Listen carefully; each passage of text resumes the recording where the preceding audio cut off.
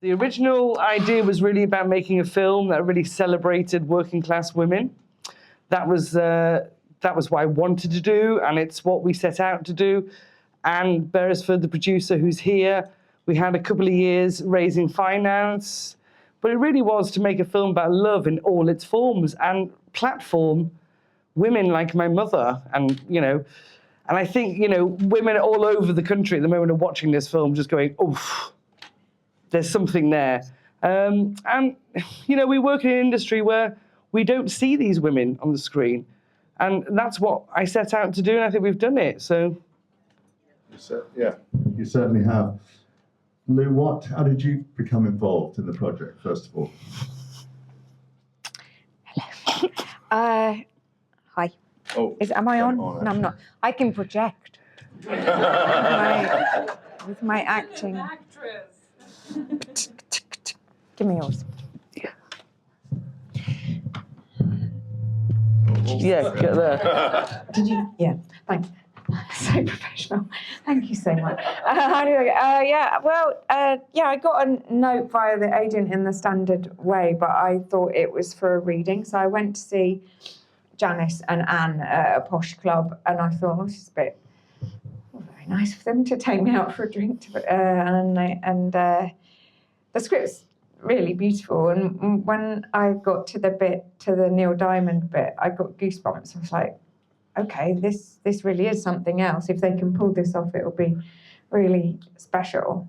For those in the audience who haven't seen that scene, Metin, I'm driving to work and singing along to a Neil Diamond song, and then she gets out of the car, and you really see how these women that she works with in the factory are sort of basically the light of her life, and I just feel like it's that sort of little microcosm of what the film's about. Anyway, I got to that, got goosebumps, said, okay, yes, please, I will have a drink with you. And then you said to me, do you want to do it? And I was like, yeah, I'm free on that day. And you said, no, do you want to do it? And I was like, you what? Because I just thought I was the guy that you got, and I think really in a way, I thought I was the guy you got along to do the reading, and then you'd go to one of the 15 actresses who I admire enormously, that we see constantly doing, in their sort of musical chairs, whatever it is, of the leads. And in a way that was kind of, for me, it's, I'm an actor, right? And I do all right, but still, I think I can massively relate to that. You don't feel like you're the sort of chosen ones. This is the first time on screen I've had a chance to be in the engine room of telling a story. And so I couldn't really have related more to that to the sort of women that we were trying to tell the story about. And in this case, as you know, it's the women who stay in a town. And I'm sorry, I have said this before. As soon as I find like a little metaphor I think is great, I then do it to death every single time I talk about it, so I do apologise. But I like the idea that they aren't the Dick Whittingtons. They haven't got their worldly goods in a red hanky. Does he wear good boots? No, it's his cat friend. I've gone off. They stay behind, and we don't often tell those stories. And Janis talked so much. We talked so much about our mums and our families and where we came from when we met, and I just feel like, it meant such a lot to be able to tell her story. Another film would tell Joe's story. It would be, you go back to the town with this, let's face it, extremely beautiful woman, and it's such a great jacket. I still want that jacket, Janis. I think it's fine. I don't think it's going to be a problem. Maybe this winter. Anyway, I've talked far too much. I've got overexcited. Thank you. Thank you very much. So the way you've made the movie, the way it's structured, the mixture of music and dialogue is very ambitious. Was it hard to pitch? How did you pitch it, and was it difficult to persuade people to finance the film? Well, I do have a history of doing this thing, so it was always in my films. It took quite a few brave people, and I need to add as well that when I was writing the script, I always start with the music as well, so it's always part of the narrative. But Louise was very much in my thoughts right from the beginning, so I was delighted she said yes more than anyone else. But going back to that, it's kind of, we pitched it because you have to pitch. It's different, it's unique, and the work is very bold and it's very brave, and to get people onto that is really hard work. We can pitch it Ken Loach meets La La Land, but you know, I do it. I use social realism and I use the musical form when I put them in a pot and this booming heart comes out. But it comes right back to my childhood. My mother wore a blue overall. She worked in a printing packaging factory, and she listened to musicals all day, and it's just stayed with me. And I just love what that means in a place in cinema for me, because, you know, I don't look down on a life. I'm very much in it. You know, I come from it. And, you know, when we got people on board, brilliant. We were told several times, make the women younger. No. You know, we were just not going to change. And that's really down to brilliant people like Anne. And I have to say, BFI, Lizzie Frankie, unbelievable champion of the work that I do. And so many people just said, this is it. It's time to do something different. Well, did you feel intimidated when you said it was a script that it gave you goosebumps? But were there things that you thought, wow, that's that, you know? Well, I didn't. I mean, I think it's funny. I think as women, and I definitely do this and have done this and feel sort of shy about not doing it. But I think we make ourselves small, and I just thought, you know, I know I can do it. I am a leading actress. I just haven't been given the chance to do it. And I think so many of my sort of sister actresses are I would say, also brilliant and capable of doing it. We just aren't given the chance. So in terms of like being, the lead, that wasn't scary to me. I was like, come on, let's have it. But, there is with great power comes responsibility. I definitely didn't want to mess it up. That would have been really bad. So I worked incredibly hard for ages because we were going to do it. Then there was COVID. We did a little sizzle reel or whatever they call it for the BFI, so they knew what Janis's vision looked like. And we shot a couple of scenes, including going out of my head, which was I mean, a lot of fun. It was. Look, I mean, we shot this film in 26 days. We did. And that is a real testament to hard work from incredible cast, amazing crew. And 26 days, if we'd had longer and more money, of course, blah-de-blah-de-blah, the story can go on.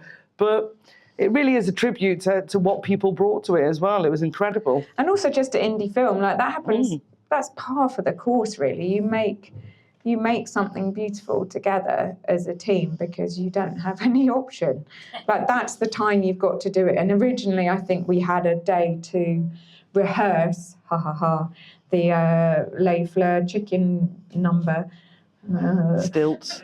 Still having bad dreams about that. We had a day in the schedule to sort of like, let's work it out. No, we basically shot the rehearsal in the factory and so it's a wing and a prayer, really, a chicken wing and a... I'll be using that one again at the next Q&A. But nothing goes over 3 takes. Nothing at all. So testament to everybody involved, really. And the cast is, fabulous, really. Not just your co-star, but collectively. And the faces are so incredible as well. Was that a long search to find those people? The faces and everything else comes from their chemistry. It really is how comfortable they are, like all of us in life.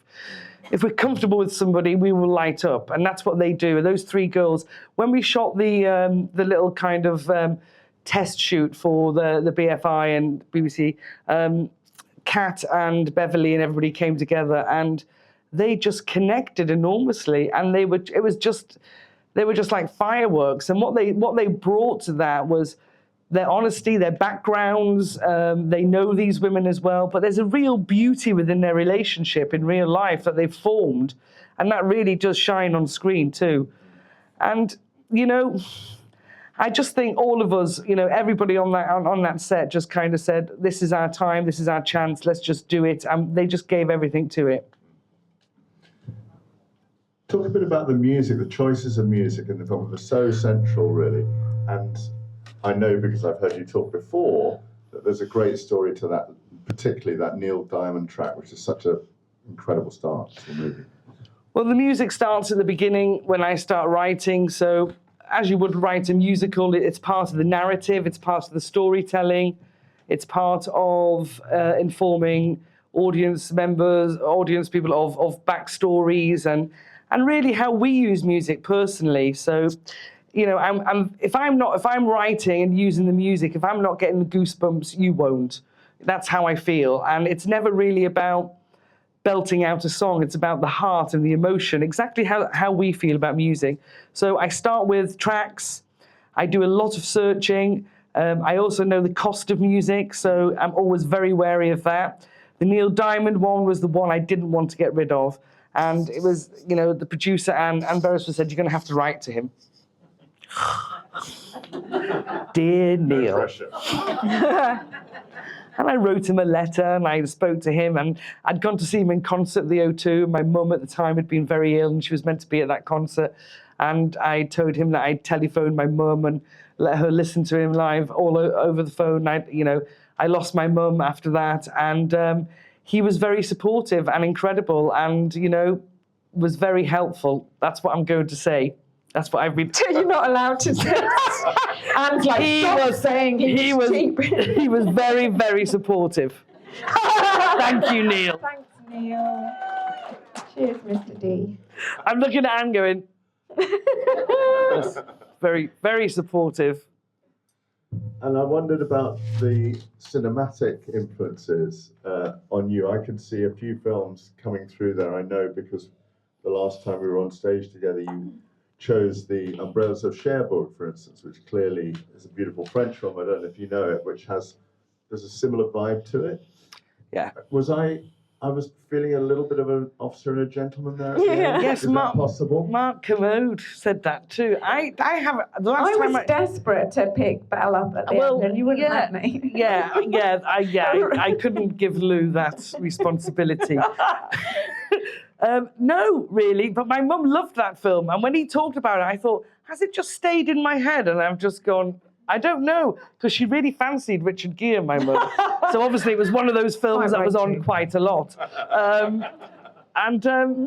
when Mark mentioned it, I thought, is it in the back of my head? But not really, I don't know. I just know romances take place in factories, and I've always used them, I don't know. But no. I wasn't influenced by that. Umbrellas of Cherbourg, absolutely. Jacques Demy is my favourite film of all time, my favourite filmmaker. And all the stuff with the chickens, were they real, those chickens No. that were jumping around? I couldn't. No production chickens designer were was harmed. vegan.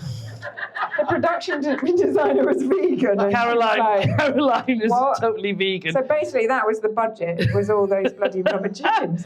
And we had a hero chicken, which we had to use in the close-ups, which was an absolute pain in the bum because it was covered in unguent, Slime and sticky, jam. like honey, to make it look like real chicken. And it wouldn't go in the bag, so we all hated like wrestling with this bloody thing. But it did look incredible, and it was very heavy and weighty. Very heavy, but for health and safety reasons, we couldn't use real chickens.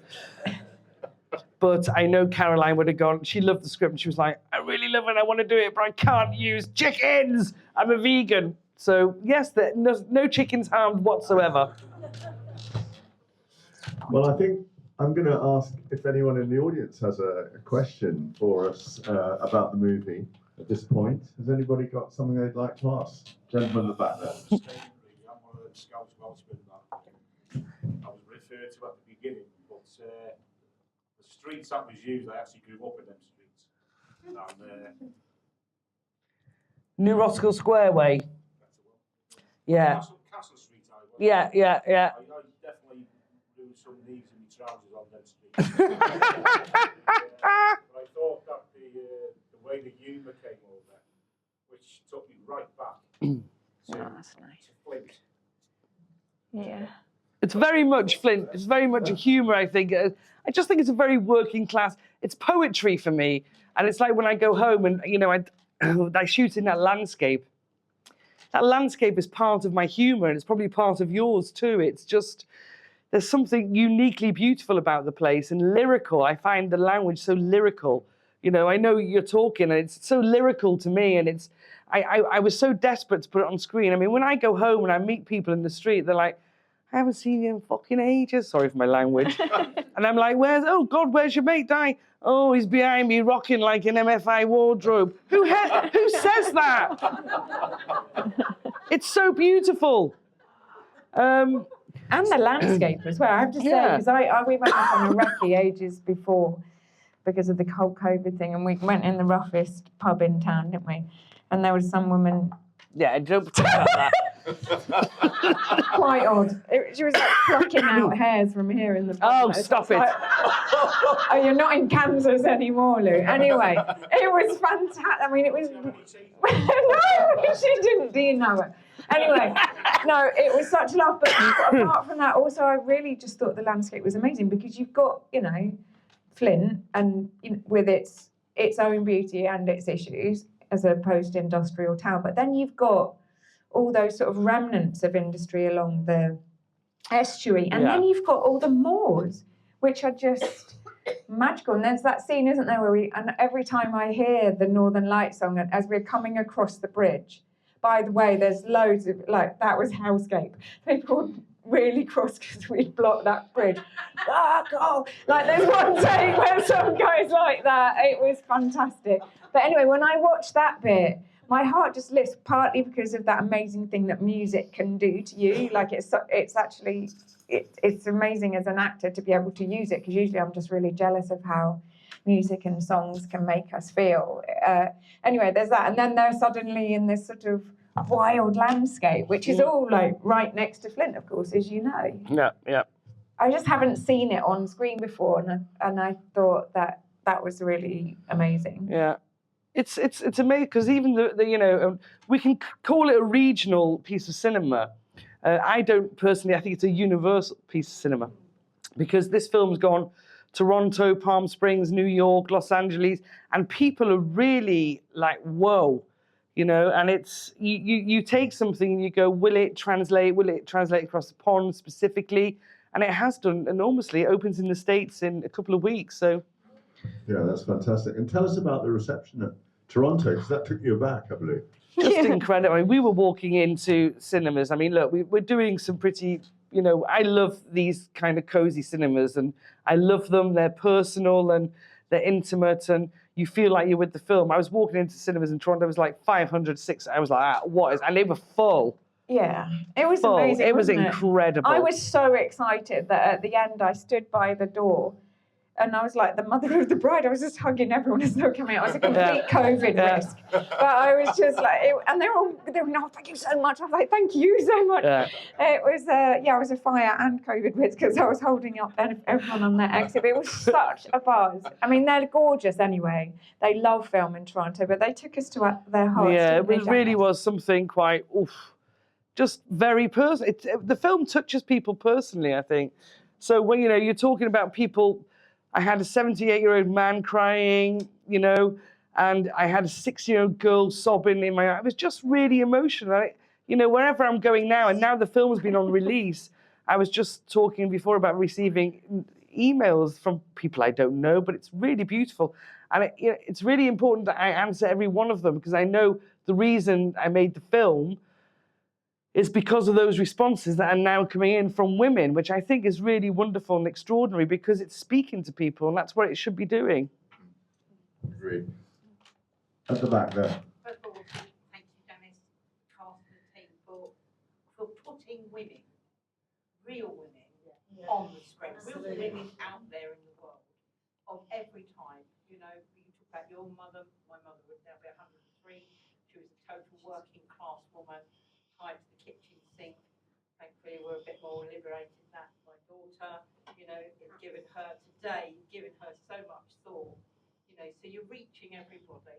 You talk about how the financing, how hard is that for you, for these, which we don't see in our cinema, you know, these incredible films like your own, how hard is that? It's really difficult. I mean, I should let Anne answer, because she's the one who does all the hard work, to be honest with you.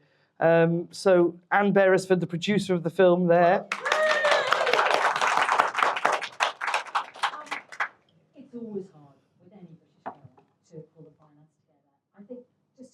about the little jigsaw of this, Janis and I were introduced by somebody who later came on as a producer and said, "Oh, you two both like music and dance, and those you should meet." We met. Cup of tea. I knew straight away it was a great script. And I said, "Look, there's a deadline next week. There's a funding deadline next week. Normally you spend 2 months writing a funding deadline. We wrote it in a week, not knowing each other at all. We got that. We got a bit of some money there from Film Cymru Wales, who were the first people in. We got another bit of money. We could work on the music. That was so important. But every time you don't know what the future's going to be in. So somebody said to me the other day, "How long has this taken?" I said, "I can't remember if it's 5 years or 6 years." But you don't know that at the beginning. There was one point where we had a good chunk of money, and then we had to give it back because of COVID, because we couldn't shoot in the required time. Yeah. So there's this thing when you just like, I'm building the jigsaw, I've nearly got it there. Oh look, this piece has fallen out. Will another piece fall after it, or can I bring that piece back? And I guess it's that uncertainty that is so challenging to just have the tenacity, and that's why partnerships are so important. But we are hugely grateful to Film Cymru Wales, who were the first in, BFI, who enabled us to make the little teaser taster, that also meant we could explain to the music publishers, "I know you don't understand how we're going to do this thing that's kind of singing but not singing, but look at this." And then BBC Films came on. We had some private money from the UK and also from the US. But you never know that is this jigsaw finished?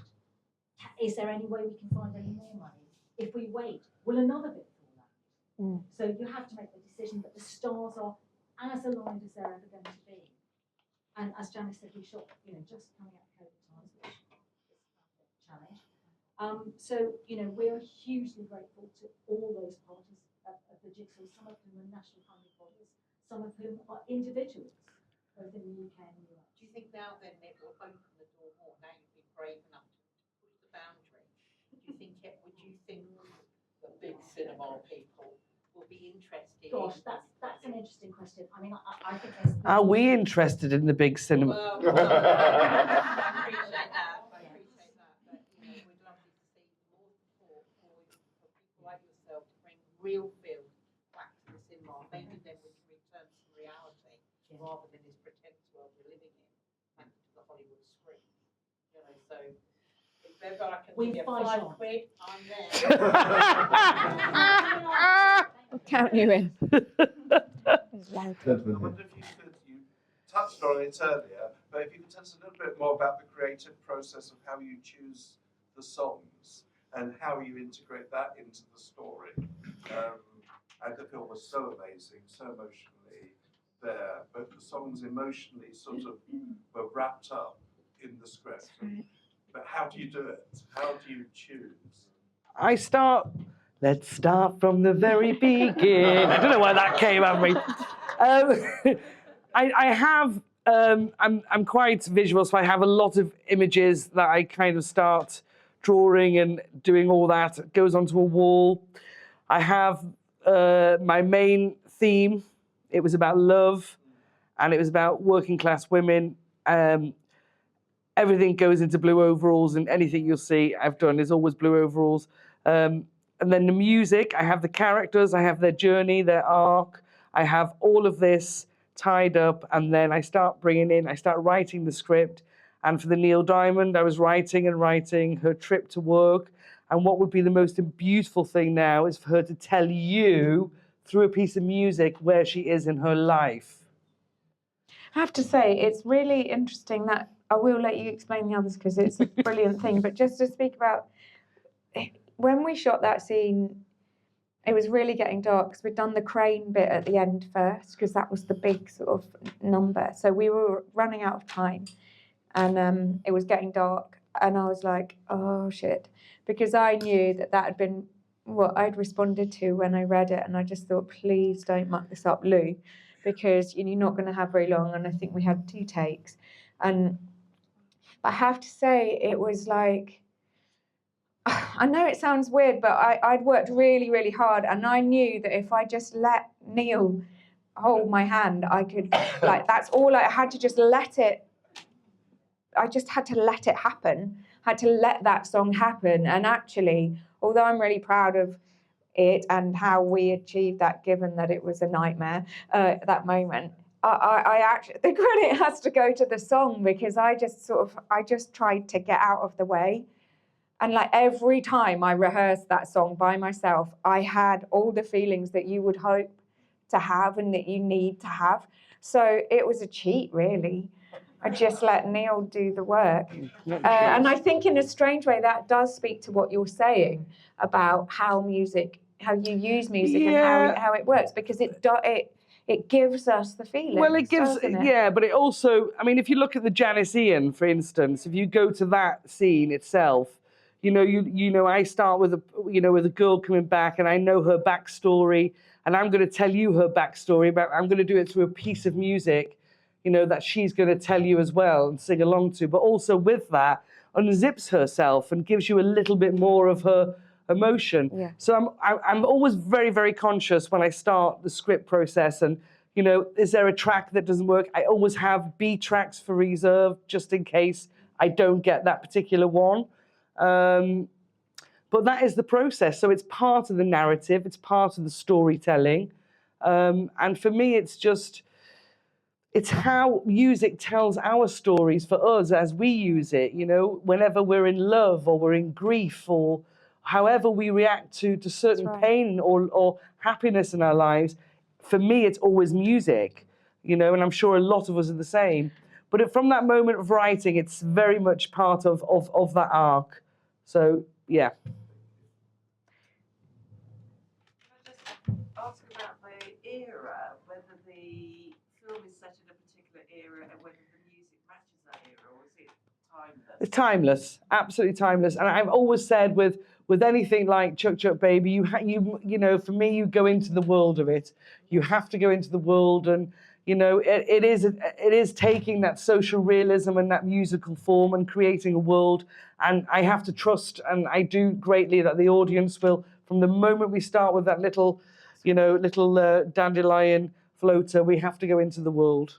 That's true. I never thought about when it was. No, I don't know timeless. why. Perhaps I ought to have done, but no, there aren't any mobiles, are there? One. Is there one? Who's got mobile? Babs. And you have. Have I? You forgot that, Sue. It's a little one. It's only a little Just a little one. What's all that happening with that? Oh, yes, because he rings. Right at the start. Sorry, everybody. No mobile as well. Yes, Susie. Oh, thank you very much. She's a plant. Any more leads for you? Thank you. I want to ask about the group of friends, because so many times when you watch a movie and there's a group of friends and there's supposed to be this camaraderie and it feels not authentic. That was one of the most authentic feelings I have ever seen on screen, genuinely. And as a result, you enjoyed the humour even more, you love them even more, and it made everything that you were going through even more moving. Did you send them out on the Raz? They went out on the razzle. We straight did. away. They'd gone out to they'd come to, like Lou did as well. I brought everybody to Flint. They all experienced. I know there's a couple of people here from Flint as well. I mean, I think for anybody who has friendships that are formed in school playgrounds and cemented in adult life, will understand that kind of unique love that they have. But really, as I said before, it was really formed through bottles of wine and having, taking girls together. I mean, look, we have a film here that's full of women, and it's beautiful. Yeah. And I think what's gorgeous about it is that we all got together. We all did this great thing where we did a little kind of test shoot. We had a couple of days, and guess what? We all got drunk in the hotel. And I think that's where they're just formed, and they understand those backgrounds, because I think they all have those incredible friendships, and I think they come very much from your background. I mean, I still have them, in Flint. I still have very solid, beautiful friendships with girls who knew me from the age of 4, and they're just grown and they blossom, and they're so cemented by whatever you go through in life. I think we all just had it on set. It was just lovely. We did, and I think a couple of the girls are like absolutely inseparably best friends now from the film. And everyone always says, don't they? Actors always go, "Oh yeah, we got on so great." But Belle and I basically, not in a sexual way, but we completely fell in love. We were just absolutely there for each other through every moment of that thing. And it was so lucky because that's all for absolute free. I just didn't have to try. I mean, obviously it helps that she's ravishing. Yes. I wanted to say that the one sort of big male character in the film, actually, I was brilliant. surprised by how 4-dimensional he was. You know, he could have been just a villain. He was. He's an amazing actor, in some ways Kellen. villainous, but he communicated a kind of vulnerability and a horribleness and it's a great performance. Yeah, we spoke. Kellen and I spoke a lot about releasing something about. Kellen is from Holyhead, so he's not far from where I'm from, and understands. Well, you don't have to even be from any area to know a Gary. They're everywhere, especially these days. And it really was, you do that thing and, you say, you create something that people just go, oh. But look, he is unzipped so slowly through that till he eventually completely pours this out, and it is a real battle with himself. And we always spoke about it. Even, we used to have these Zoom conversations and, it would be easy for him to just go, oh, God, look at me. But no, we had to unzip him really slowly until the moment, I think, my heart breaks for him is when he tells Helen to wake his mother up. Because grief will unzip you, and it will unzip any fuel-filled male. No matter how hard you think you are, you will release something. And then obviously the wake scene, which is one of my favorite scenes in the film, is just, he battles and fights himself. And I think a lot of men are doing that. And I think, I get a lot of questions, with the whole thing of him and Amy and even Amy, who could easily be pushed to the little kind of, oh, let's just have fun with this character, is unzipped as well. And that sympathy pours for her as well. Yeah, because they're just a production line of each other.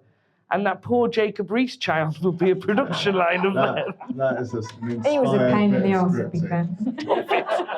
Oh, he's bloody crying. Lady here. Thank you so much. The film was extraordinarily beautiful and gorgeous on so many levels. But I was absolutely, when I think you were outside, but everyone here was clapping through various bits of the film because we were all holding on to see, did that relationship actually happen? Was it going to be sad or happy at the end? And one of the things I was really struck by is how you use the emotional narrative of music to almost put the unconscious feelings outside of the women who maybe weren't at the position they were to express that. Did you, when you were doing that, when you were choosing the music, that sort of, did you say, well, I'm not going to have music here, I need to have a bit of sort of evidence narrative rather than sort of unconscious, but maybe I'm off the mark. No, you're absolutely right. And if you watch any of my work, I don't use any of the music apart from the music you will see in the film. Right. So that nothing, there's no fill-in, there's nothing else. That's me saying you'll have enough. I don't need to put any more in for you. And that's a very conscious choice I make. People always say to me, but you should have something here. No, because I think it does what it needs to do when it needs to happen. And I think by overfilling it becomes something else, where this is just really part of the narrative and part of the journey you're going on. I don't want to, I use the same theme music, the incredible, Leslie Duncan, and that for me is that little twinkle that goes through all the way. That's the theme that just carries through all the way. And it's always a decision I make, and it's like, I just think I can't write any other way. It's very strange. I tried to write an episode of The Bill, and it turned into the musical. I just thought, I'm not going to do this now. I really love the title of your film. I don't know,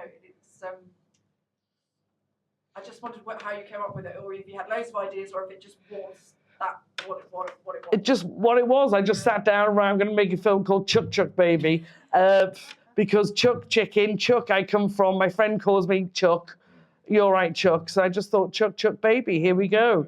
It was really an answer to something, again, coming from that kind of dialect that I come from. It's lyrical and playful. And I just love the idea of a chicken factory being called Chuck Chuck Baby. And Janis has got that neon on her wall at home, haven't you? It's really cool. I put it on at night. Gentlemen at the back. Following on for the question about the music, which was brilliant. Leslie Duncan and Renaissance in a movie, I loved it. Wonderful. It's really unusual seeing a film where they sing along to the song rather than perform it or do the Dennis Pops where they might. Can you tell me about that and how you landed on that? Also, were there any songs you couldn't get? Yes, they were. No, there was. I mean, first of all, the singing bit is always very kind of like when you talk and when you're trying to sell the film before you've got any evidence of what you're trying to do, you kind of say they sing, but they don't really sing. Now, when I'm writing the script and doing the song, I know when the breathing and the singing and it should scale, and because it's you're going with this emotion.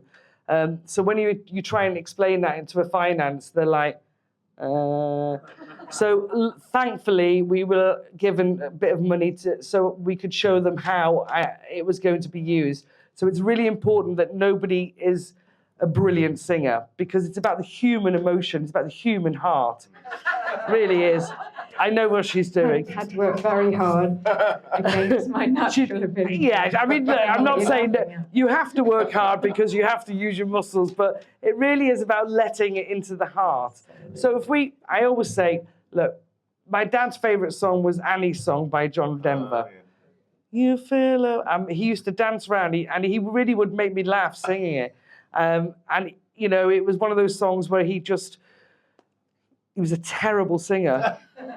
And it was his funeral song. And I can't even, when I try and sing that song, there's a rhythm to it now. That's very different to what it was before. And that's how the music is used. So whatever you're going through in that film, and Lou will tell you, it is here. That's where it's hitting you in the heart. Does that answer your question? And the one song I couldn't get was Mr. Blue Sky. Blue Sky, yeah. That was going to be, was that the Renaissance one? Yeah. And then, of course, Renaissance, which is better. I mean, it's not necessarily a better song, whatever, we can talk about that another time, but in that moment, Renaissance, it's unthinkable without that. Every time I see that, I said before, my heart just goes up with those women in the bloody trolley singing their knickers off. It's just fantastic. I'd not heard it. Yeah. Yeah, she wrote it, didn't she, for her boyfriend at the time, who was from Fairport Convention. Oh my God, yeah. So it was one of those tracks where it was my beat choice, but I'm so glad I couldn't get that one now because I always think things happen for a reason. Because I'm so much more emotionally attached to that song myself as well. And also, people don't know it as well, and it's beautiful. Yeah, and it's a proper lifter. Yeah, I love that track. Love it. I'm really sorry, but a screening of the next film started. Get I was out! about to say, have we got time for one more question, Martina? I mean, One more from this lady, and then we'll wrap it up. Yeah. Lady there. Okay, I come from North Wales, not far from where you filmed it. My great niece lives in Greenfield and goes to Catholic school in Flint. Ooh. And she's down in London at the moment, couldn't be here this evening. But they have no access to cinema or theatre where they are. How have you released it in North Wales? We tried to do a screening in the beautiful Old Flint Cinema, but that failed because they closed it. They reopened it, then closed it. The nearest we have, it's screening in Picture House in Chester, Story House Chester as well.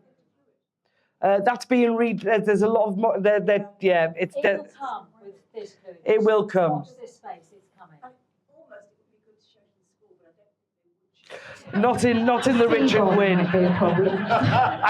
I fear the Richard Gwyn would not allow such a film. But I know that school very well. Yeah, I'd love it to be in Flint, but we need to get people like you guys who come to the cinema. Everybody has to start doing it again. And I know women like to Thank you. Thank you guys for coming. Thank you. Thank you very much, Thanks, guys. everybody. Thank you.